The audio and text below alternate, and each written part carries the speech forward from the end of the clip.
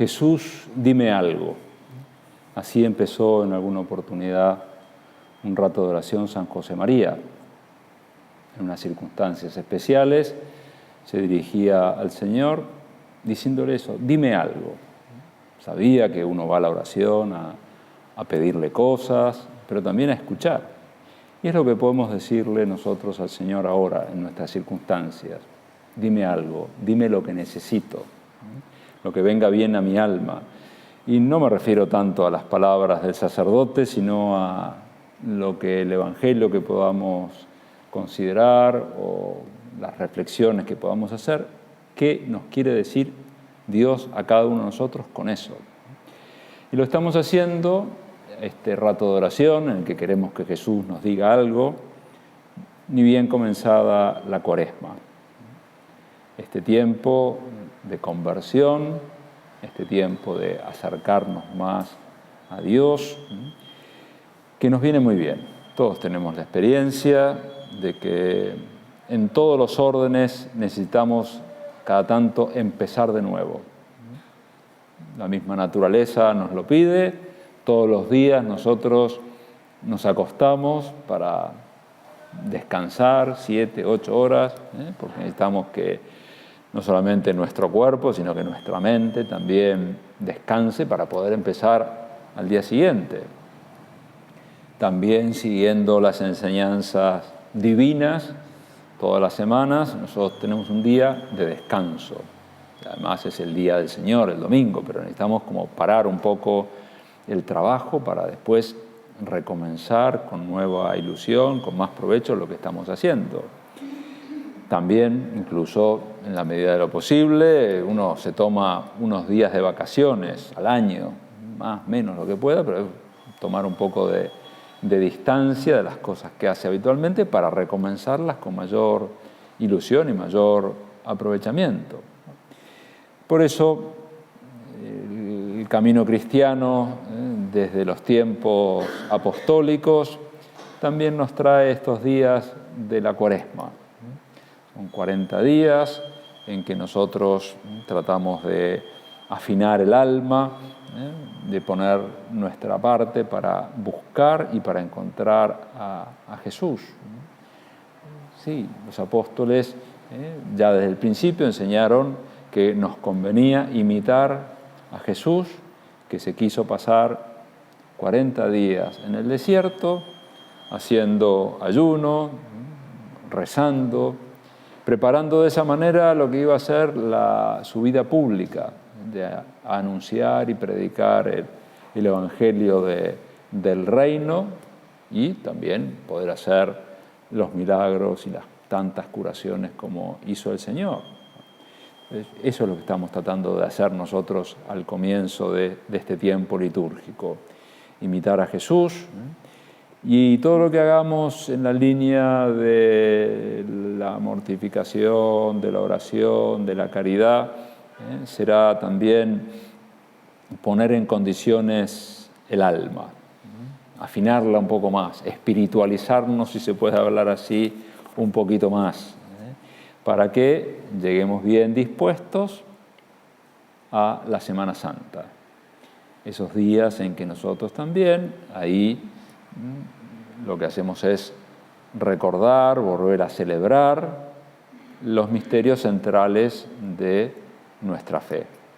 En concreto, el misterio pascual, la muerte y la resurrección de Jesús. Entonces, este tiempo que vivamos ahora es una manera de disponernos a vivir bien ese tiempo para aprovechar la gracia que Dios nos trae nuevamente. Dios quiere que recomencemos. Entonces, sí, está dispuesto a perdonar nuestros pecados, a ayudar a que mejore nuestro corazón, que nos cambiemos lo que tengamos que cambiar.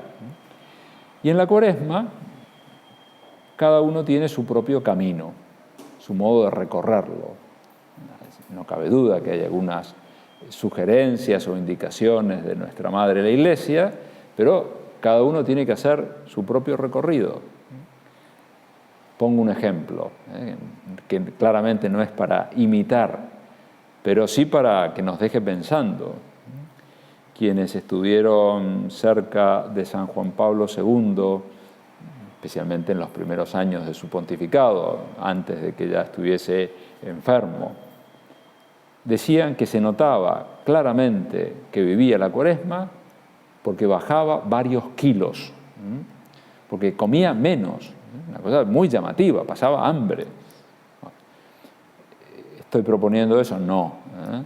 Pero sí, bueno, si uno quiere bajar, aproveche, pero el motivo de la Cuaresma no es una cuestión de salud, sino es de salud espiritual. Pero pongo el ejemplo porque se notaba que estaba viviendo ese tiempo de acercarse al Señor, también en cómo se mortificaba. Lo mejor es que cada uno de nosotros le preguntemos al Señor, Señor, ¿cómo querés que viva yo estas semanas? ¿De qué manera me pueden aprovechar más para ser más espiritual, para estar más cerca tuyo, para aprovechar las gracias que vos me querés dar en el tiempo de Cuaresma y después en la Semana Santa? Como cada uno tiene que encontrar su camino, te propongo que en este ratito de oración que estamos haciendo junto al sagrario, ustedes aquí presencialmente, algunas personas lo harán remotamente viendo esta grabación o escuchando esta grabación, pero vamos a repasar en la presencia de Dios las 3 obras de la Cuaresma. Como bien saben ustedes, son 3. La limosna, o la caridad en general, el ayuno, o la mortificación en sentido amplio, y la oración. Esas son las enseñanzas también de Jesús en el Sermón de la Montaña, porque aunque no habla de Cuaresma, claramente el Señor está hablando de estas obras. Y de hecho, el miércoles de ceniza, cuando arranca la Cuaresma, la Iglesia quiere que se lea el Evangelio de San Mateo, en que Jesús, en ese Sermón de la Montaña, va explicando cada una de esas obras. Vamos a la primera. Por tanto, cuando den limosna, no lo vayan pregonando, como hacen los hipócritas en las sinagogas y en las calles, con el fin de que los alaben los hombres. En verdad les digo que ya recibieron su recompensa. Tú, por el contrario, cuando des limosna, que tu mano izquierda no sepa lo que hace tu mano derecha, para que tu limosna quede en lo oculto. De este modo, tu Padre, que ve en lo secreto, te recompensará. En primer lugar, Jesús nos anima a vivir la limosna, que materialmente es eso, dar ropa, comida, dinero. Puede ser, entonces, por una parte, decir, bueno, bien, ¿cómo ando yo de generosidad con mi contribución a la parroquia o la iglesia o las instituciones que frecuento? Pero también es limosna, a ver, ¿cómo puedo yo ayudar a determinadas personas que están cerca mío y que son de alguna manera pobres?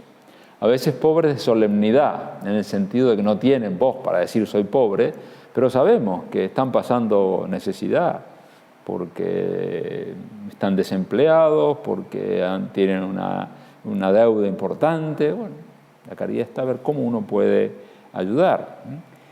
Pero también me parece que es bueno empezar para poder después hacer estas otras cosas un poco más extraordinarias para hacerlas bien, pero empezar también, ¿qué me pide Dios a mí en mi hogar?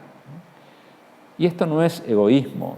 Yo no estoy negando que no haya que hacer limosna o que no haya que atender a personas pobres.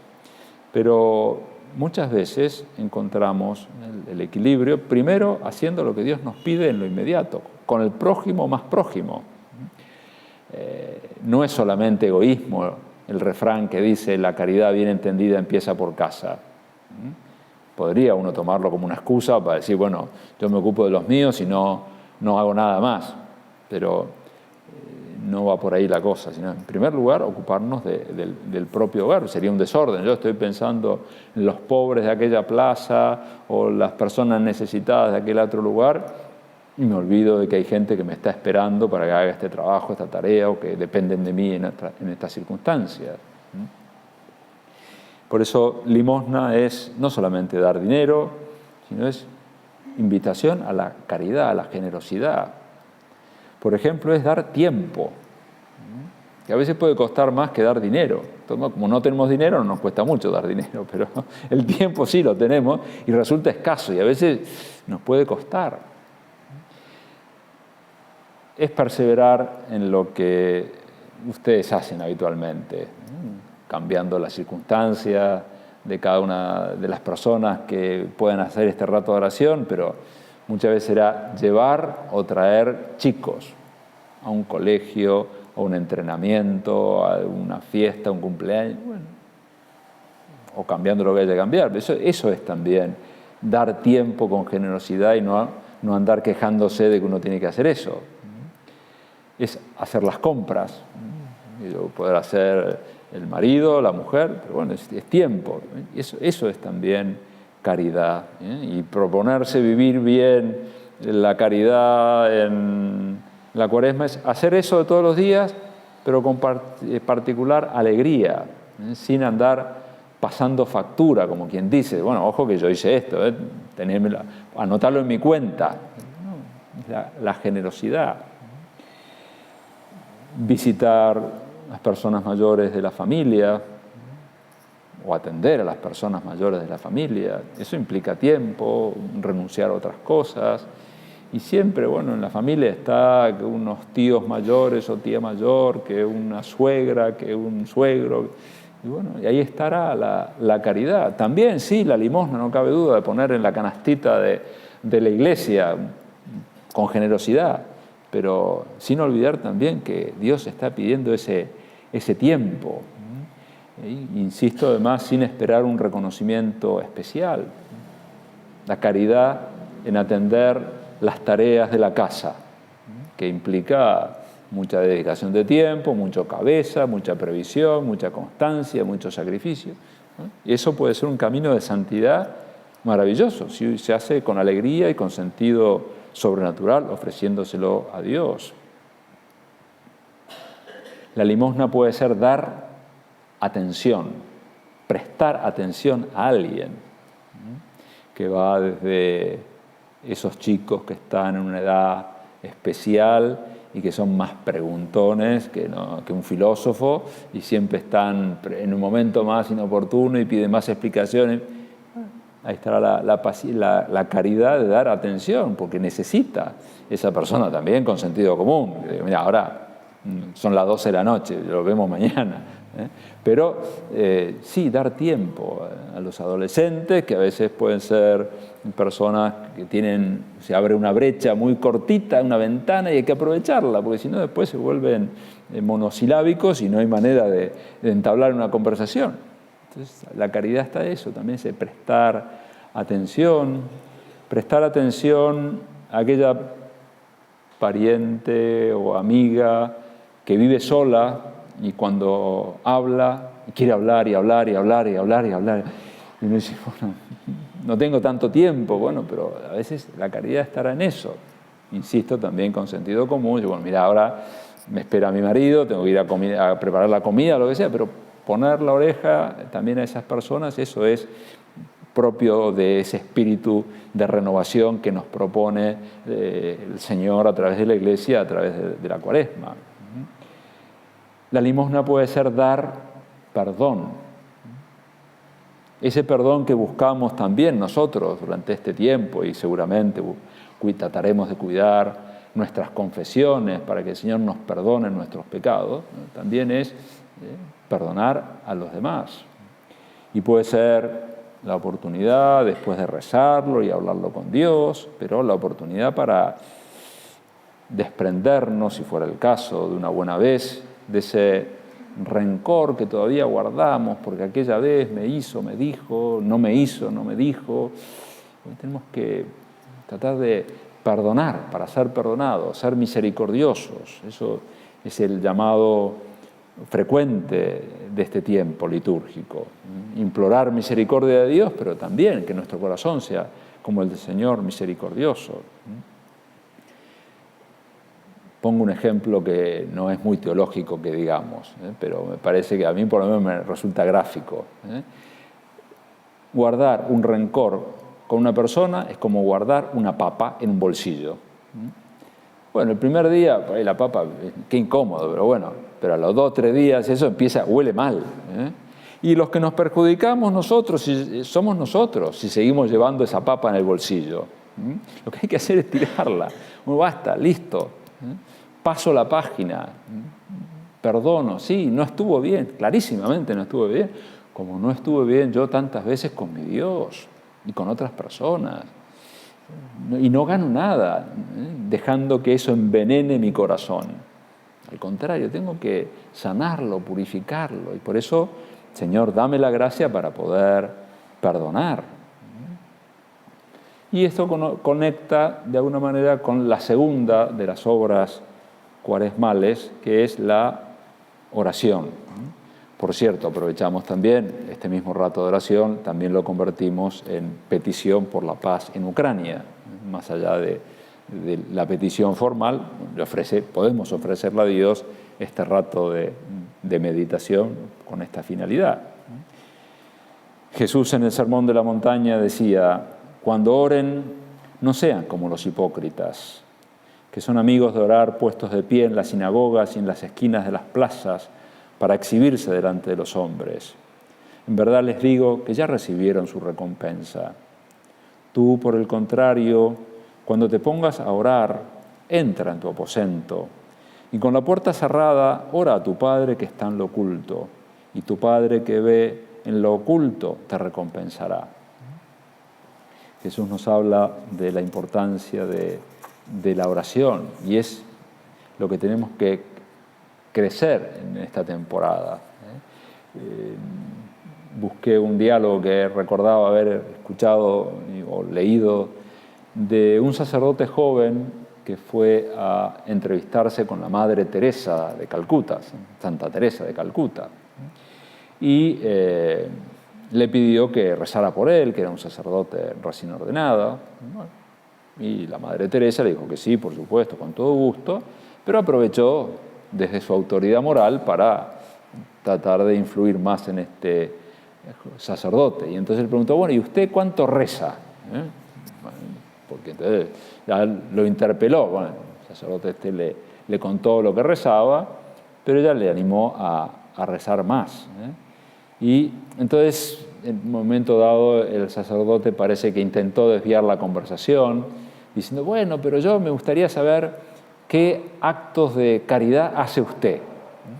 Entonces cuenta este hombre que es cardenal de la Iglesia actualmente, cuenta que la madre lo miró con serenidad, pero con firmeza, y le contestó: ¿usted cree que yo podría vivir la caridad si no le pidiera a Jesús cada día que llene mi corazón de su amor? ¿Cree que podría recorrer las calles en busca de los pobres si Jesús no comunicara a mi alma el fuego de su caridad? Contaba él cómo quedó especialmente impresionado. Decir: bueno, esta mujer dice que hace lo que hace porque antes reza. Entonces terminó la entrevista invitándole a que lea más el Evangelio para ver cómo rezaba Jesús. Y dice: fíjese que a veces Jesús sacrifica la caridad por la oración. Hacía referencia a aquellos pasajes del Evangelio donde se ve a Jesús que muy de madrugada, aunque hay mucha gente que está esperando, Jesús se va a rezar, a solas. Entonces dice: eso es para enseñarnos que sin Dios somos demasiado pobres para ayudar a los pobres. Creo que podemos unir las dos cosas. Lo primero era la caridad, la limosna, pero para poder hacerlo necesitamos rezar, porque si no, no tendríamos la fuerza para hacerlo. Si el Señor no inunda nuestro corazón con su gracia, con su caridad, nosotros no podemos. Entonces, renovarnos, vivir bien lo que nos propone la Iglesia en este tiempo es cuidar mucho nuestra oración, que no se trata de aumentar la cantidad necesariamente, sino la calidad. En algún caso puede ser que también tengamos que aumentar un poco la cantidad, pues si no rezamos el rosario nunca, o nuestras comuniones son muy infrecuentes, o no encontramos tiempo para hacer oración mental, quizás necesitamos también más cantidad de oración. Pero en muchos casos será decir, bueno, muy bien, quizás este es mi plan de vida, no lo tengo que cambiar, pero ¿cómo puedo hacer para hacerlo mejor? ¿Cómo puedo poner más cariño? Por ejemplo, cuando voy a misa, para no estar en misa de cuerpo presente. Sí, mi cuerpo está en el banco, o mi cuerpo va incluso a comulgar, pero ¿dónde está mi corazón? ¿Dónde está mi atención? Entonces, bueno, puede ser un propósito cuidar eso. O las personas que hacen todos los días un rato de meditación, de oración mental, ¿no? Quizás un propósito puede ser, voy a cuidar muy bien la oración introductoria, aquella con la que me pongo en presencia de Dios. No voy a salir de esa oración hasta que me sienta de alguna manera en presencia de Dios, porque tengo mis sentidos ya como enfocados a conversar con Dios. Entonces, eso es parte también de nuestro trabajo de la Cuaresma, mejorar nuestra oración. Y así entonces tendremos más fuerza para perdonar, que era el caso que poníamos, o para ser más generosos con nuestro tiempo, para ser más pacientes. Porque la oración que Dios quiere es una oración que tiene que ver con nuestra vida, que tiene que ver con esa caridad bien entendida que empieza por casa. Si hago bien la oración, estaré más servicial. Si me uno más a Dios, seré más generoso. Si consigo rezar mejor, tendré más buen humor, más paciencia, más humildad en el trato con los demás. Y después el Señor, en el Sermón de la Montaña, hablaba de la tercera de las obras propias de la Cuaresma, que es el ayuno.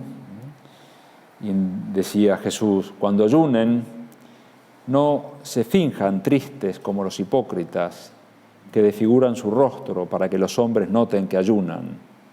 En verdad les digo que ya recibieron su recompensa. Tú, en cambio, cuando ayunes, perfuma tu cabeza y lávate la cara, para que no adviertan los hombres que ayunas, sino tu Padre que está en lo oculto, y tu Padre que ve en lo secreto te recompensará. También nos damos cuenta que en estas tres obras de la Cuaresma, Jesús nos enseña la rectitud de intención. No hacemos las cosas para ser vistos por los hombres, por los demás, para que digan, qué buena chica, qué buena persona. No, lo que nos interesa es que nuestro Padre, que ve en lo secreto, nos recompense dándonos paz, dándonos alegría, dándonos felicidad.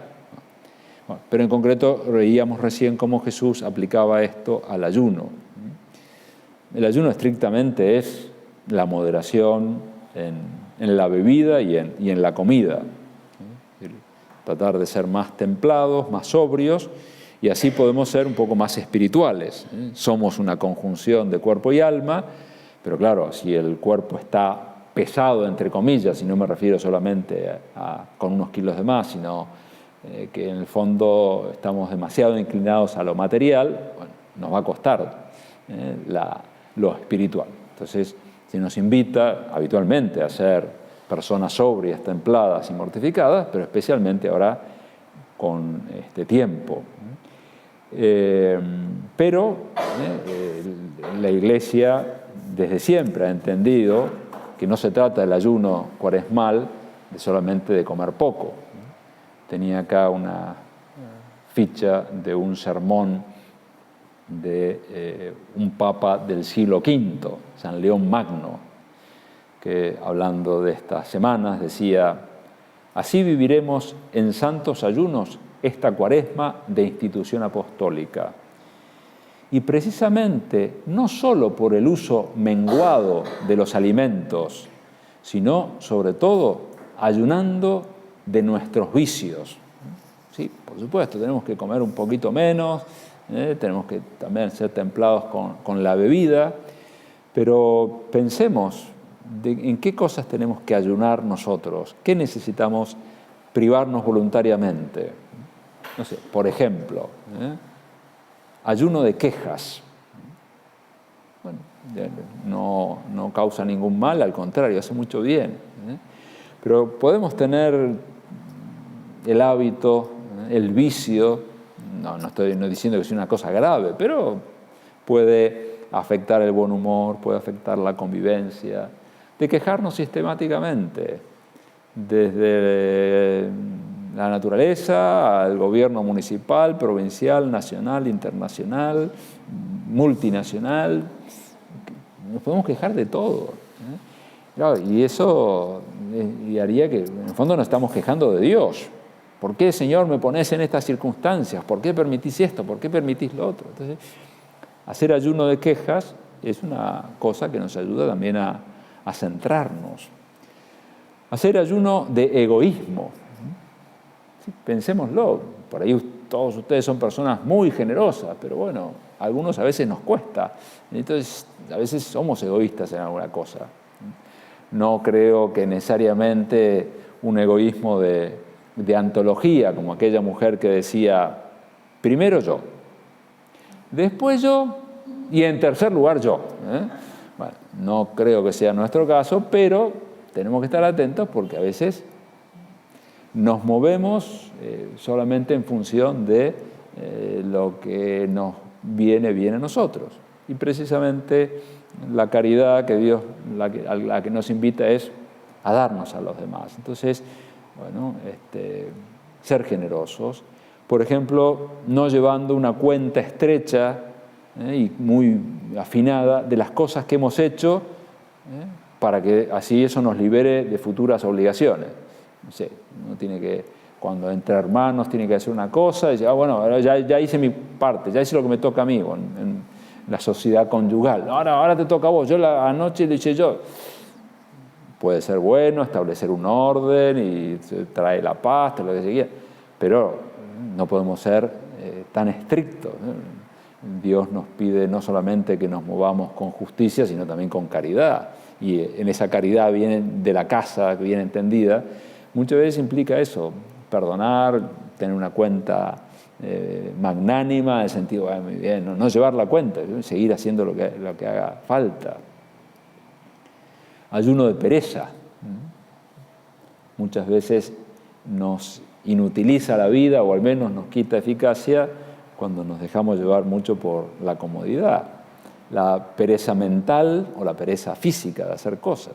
Entonces, un buen propósito puede ser también hacer ayuno de pereza. ¿Esto es pereza? Sí, entonces ahora durante estos 40 días no me permito la pereza. Vamos a terminar este ratito de oración pidiéndole a la Virgen que nos centre. La Virgen lo que quiere es que estemos cerca de Jesús. Y por supuesto que esto que acabamos de repasar son medios. El fin es estar junto a Jesús, estar con Dios, tener su paz, tener su alegría.